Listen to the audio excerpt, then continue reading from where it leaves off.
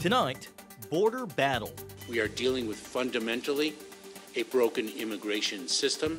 The DHS secretary under fire. I believe Secretary Mayorkas is an abject failure. As Republicans and Democrats on Capitol Hill fight over a spending deal to keep the government open. Plus, former President Donald Trump claims presidential immunity in court. And as the war in Gaza rages on. It's heartbreaking. Yeah, words fail. CBN News sits down with former Vice President Mike Pence during his visit to Israel. All this and more tonight on Faith Nation.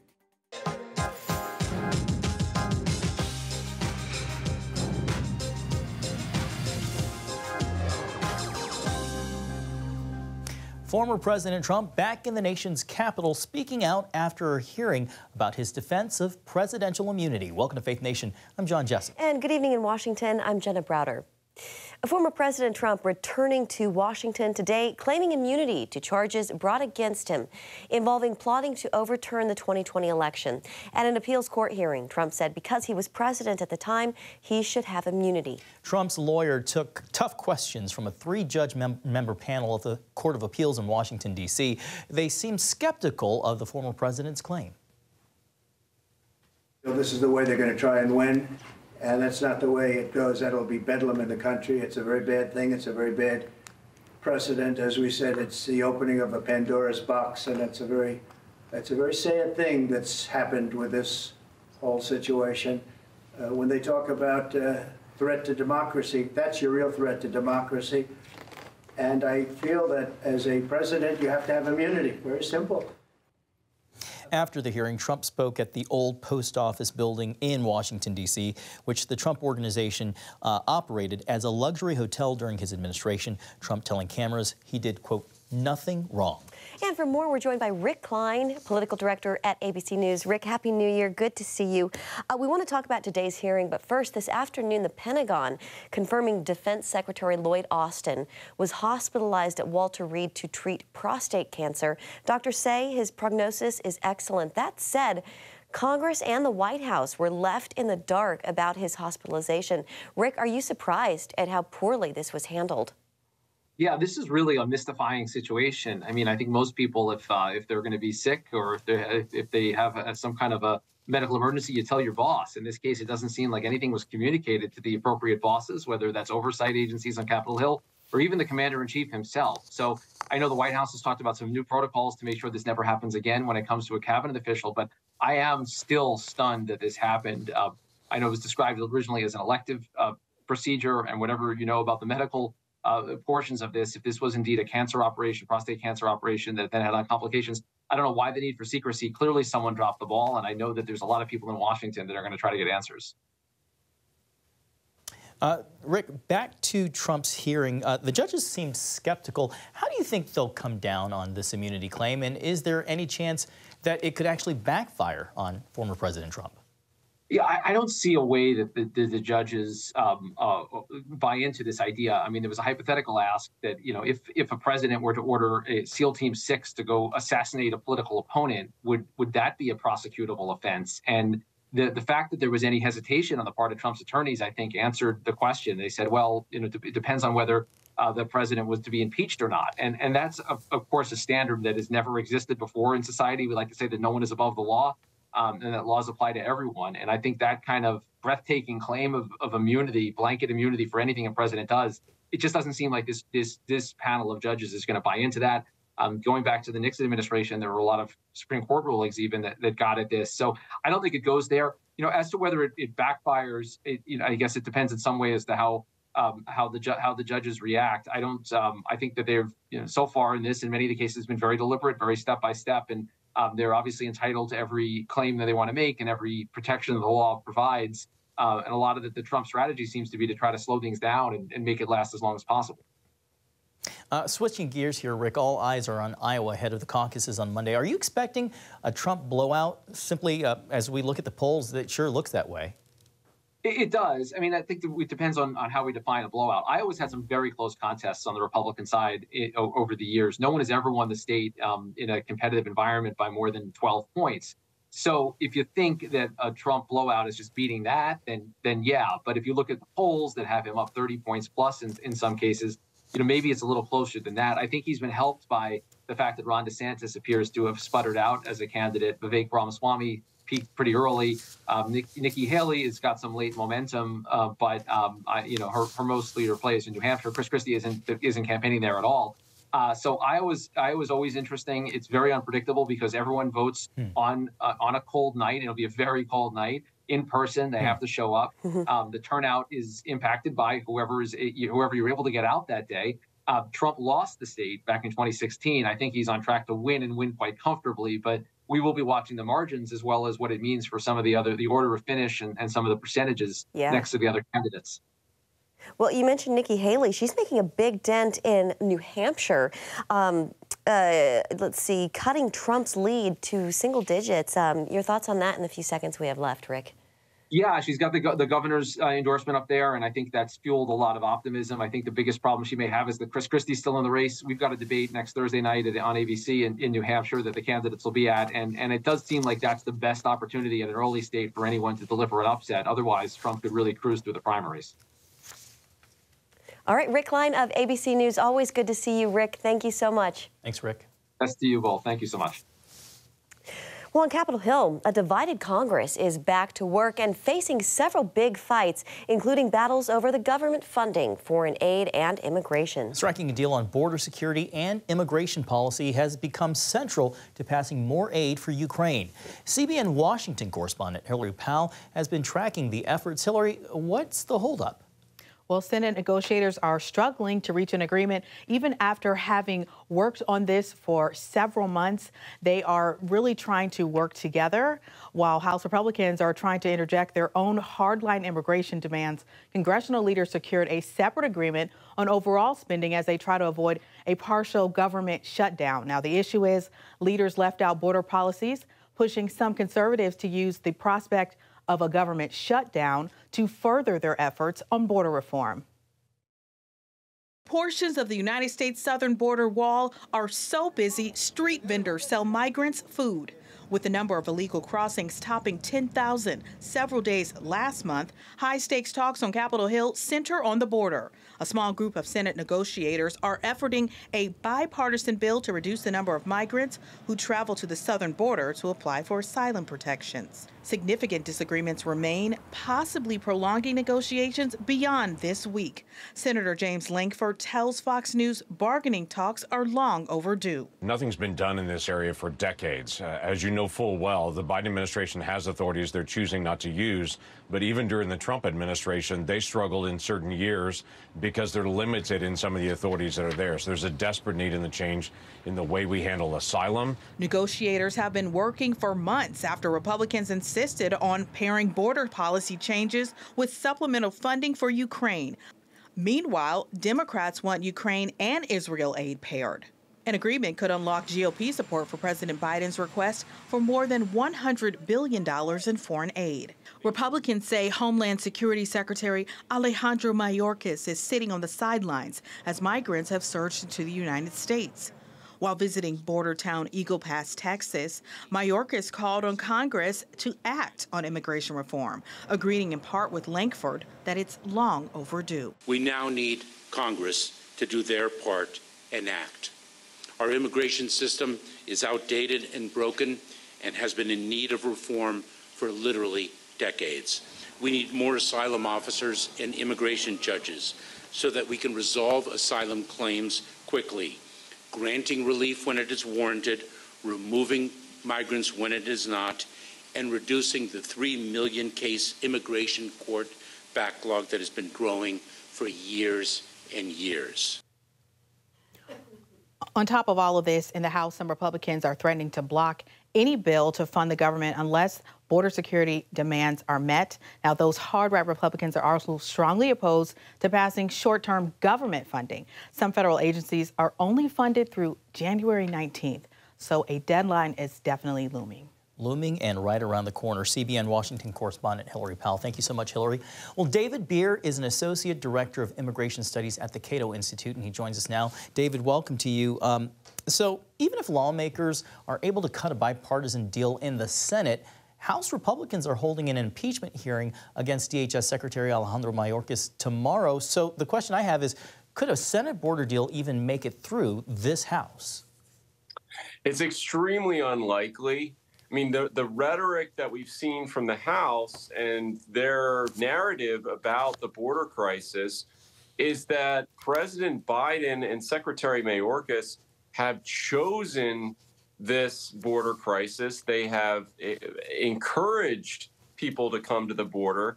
And if that's true, then why would you pass any legislation in this area? Because they're going to ignore it again. They're going to misuse the money that is provided.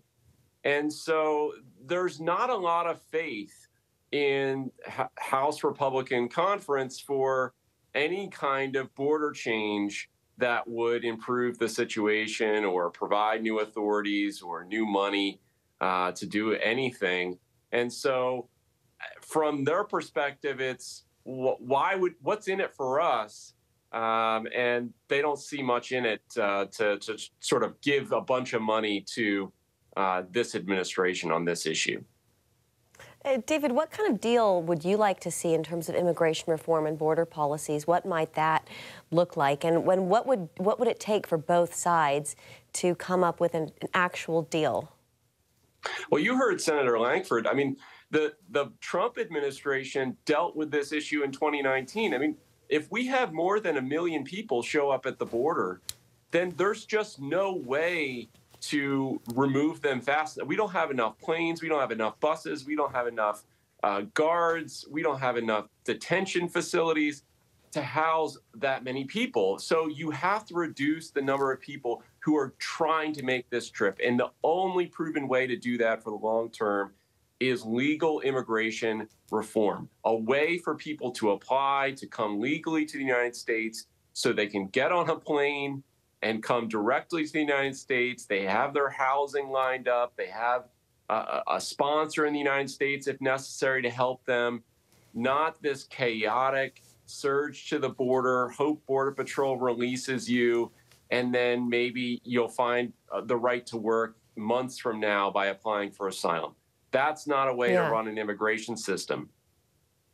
Yeah. You know, David, as lawmakers do go back and forth, are you concerned that a sense of urgency is being lost? Of course, there's the long-term, more policy-type issues, but in the immediate, there is this crisis at the border. Absolutely. And look, you know, there is this expectation among Americans that the government get control of this situation. Unfortunately, we have had precedent from the 1980s all the way up through the Bush administration. And really, the Great Recession was what stopped people from coming to the border. We didn't have any jobs in this country for so long under the Obama administration. That sort of controlled the situation to a great extent. But the idea that we can just enforce our way out of this, you know, we look at the efforts from the Reagan, Clinton, Bush, you know, Bush first, second term.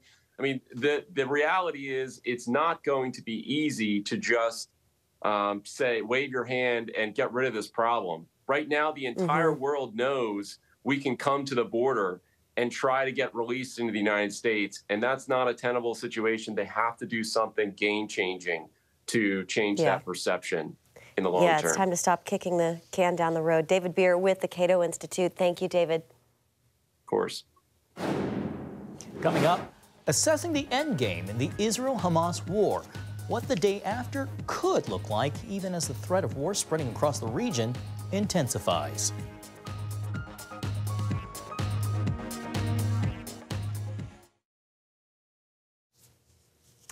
Welcome back. Overseas tonight, the U.S. is pressing Israel to scale back the war in Gaza, looking for an endgame in the battle against Hamas, even as tensions continue to rise on Israel's northern front with Iranian-backed Hezbollah in Lebanon. Secretary of State Antony Blinken today in Israel engaged in tough talks with Prime Minister Benjamin Netanyahu and other Israeli leaders over what the post-war future of Gaza should look like and ensuring war does not spread in the wider region. The Secretary's whirlwind tour of the Middle East comes on the heels of former Vice President Mike Pence's trip to Israel, where he called for new U.S. leadership and told our CBN Middle East Bureau Chief Chris Mitchell why standing with Israel is crucial for America and for Christians. It's heartbreaking. Yeah, words fail. Yeah. We were just the Kfar Aza. We met former Vice President Pence following his visit to some of the Israeli border communities attacked on October 7th. We sat down in the bombed-out children's unit of the Barzillai Hospital in Ashkelon, just miles from the Gaza border. I must tell you that I've been to war zones during my time as Vice President, during my time as a member of Congress. But the sites that I saw today, the aftermath of that terrorist attack on October 7th, and even a site like this, the ongoing war on Israel by Hamas, it just was pure evil. Pence came with a message for the United States and its closest ally. These are dire hours for Israel. I think it's so important that the United States make it clear that we're with Israel today, we will be with Israel tomorrow, and we'll be with Israel every day until the threat of Hamas terrorists from Gaza is eliminated once and for all. He also emphasizes that the show of support must be widespread. I believe the United States needs to make it clear to other actors in the region, whether it be Hezbollah in Lebanon to the north, or most especially to the mullahs in Tehran, that the United States will be here for Israel and that we will be prepared if there's an effort to widen this conflict in any way. The Biden administration is trying to actually limit maybe some of the fighting going on in Gaza. How would you respond to some of the limits that the Biden administration is trying to put on Israel? I just don't accept it. I was in Washington, D.C. on 9/11, and America did what we believe needed to be done, taking the fight to the enemy in Afghanistan. And I remember the way our allies stood with us, and they didn't question how we were going about bringing those to justice that had attacked our country. They just stood with us. And I think Israel deserves the same now. A lot of people right now are talking about the day after, and the Biden administration is talking about a revitalized Palestinian Authority that would take over in Gaza. Your thoughts? I think we're still waiting for the Palestinian Authority to condemn what happened on October the 7th. I think those considerations will be proper for the government of Israel to make, and I think we should leave those to the elected leadership here in Israel, and we'll support their determination. In January 2018, Pence addressed Israel's parliament. The miracle of Israel is an inspiration to the world. And the United States of America is proud to stand with Israel and her people as allies and cherished friends. As I said in that speech, we stand with Israel because her cause is our cause, her values are our values, and her fight is our fight. And I really believe that this is a moment where that relationship has been more important than ever before. Chris Mitchell, CBN News, Ashkelon, Israel. Thank you, Chris. Well, the new year brings about all kinds of healthy resolutions, including money matters. Up next, taking control of your financial health. Jenna, you got any New Year's resolutions? Just being healthy. I've been so sick lately, so that's a good health. One. That's a good overall one. Health. Well, we're only a little over a week into the new year. Research shows only about 9% of adults actually wind up sticking to their resolutions all year long, whether that's getting in better shape or eating healthier. Yeah, there are so many to choose from. Or, even working on your financial health. One financial expert is stressing the importance of getting your money in shape. Charlene Aaron has the story. Folks call in all the time and they're saying the same thing. They're going, Jade, I know I'm supposed to budget. Jade, I know I'm supposed to live on less than I make, but I just can't do it. As a debt elimination expert and financial coach on the Dave Ramsey Show, Jade Warshaw sprinkles her financial advice with wit and spunk. Having a 0 credit score is just as good, in my opinion, better than having a 750 or an 800 because I don't have to play the game of debt. advice Warshaw once needed in her own life. 13 years ago, she and her husband Sam, both Christians, shifted their mindset, beliefs, and actions around money. Those changes enabled them to pay off nearly $500,000 of debt in under 8 years. You don't just have $460,000 of debt and go, okay, let's just start paying it off. When you realize the mess you've made, you have to start asking yourself real questions. Because at that point, it's beyond the money. I did not like accountability. I felt like I deserved to be able to spend. In her new book, Money is Not a Math Problem, Why You're Broke and What to Do About It, Warshaw candidly shares about past financial struggles and points out lies people believe about money, including the need for a budget. A lot of people feel that budgets are only for people who are poor, right? Budgets are for people who are bad with money, who don't make enough money. It's just all this stigma attached to it. She adds budgets are like toothbrushes in that everybody needs one. Warshaw also disagrees with those with student loans who don't feel obligated to pay them back, calling it a moral obligation to pay what's owed. I want you to look at it and go, okay, I did that. It was a mistake. If you signed your name on the dotted line, it is up to you to pay for your debts. She believes for many people, money problems are symptomatic of bigger issues. It's about what's going on in your mind. And at the end of the day, beliefs drive behavior. And so really that's what this book is about. It's getting down to the depth of what do you believe about money? What do you believe about yourself as it relates to money? And if you can understand that, then you can start to actually do the behaviors to make progress with your money. Meanwhile, Warshaw is grateful to share what she has learned from her journey in order to help others find the path to financial freedom. When you're in debt, there's this stress, there's this angst, there's this constant guilt. The other side of that is complete freedom. I like to say that for most people, your bad break becomes your big break. And if you made mistakes, if you're willing to let God use that, there's no telling how you're going to be able to help the people around you. Charlene Aaron, CBN News. All right, finally tonight, an animal shelter in Pennsylvania is starting off the new year with a clean slate. And that is especially true for the Adams County SPCA, which calls it a Christmas miracle. For the first time in the shelter's 47-year history, all of its cages sit empty. Just days after kennels were nearly full, all of the pets awaiting adoption found homes and spent the holidays with their new families. Staff and volunteers said they adopted out 598 animals this year and reunited 128 strays with their owners. That is great. That's incredible. What a feat. Well, thanks for watching. Have a great night.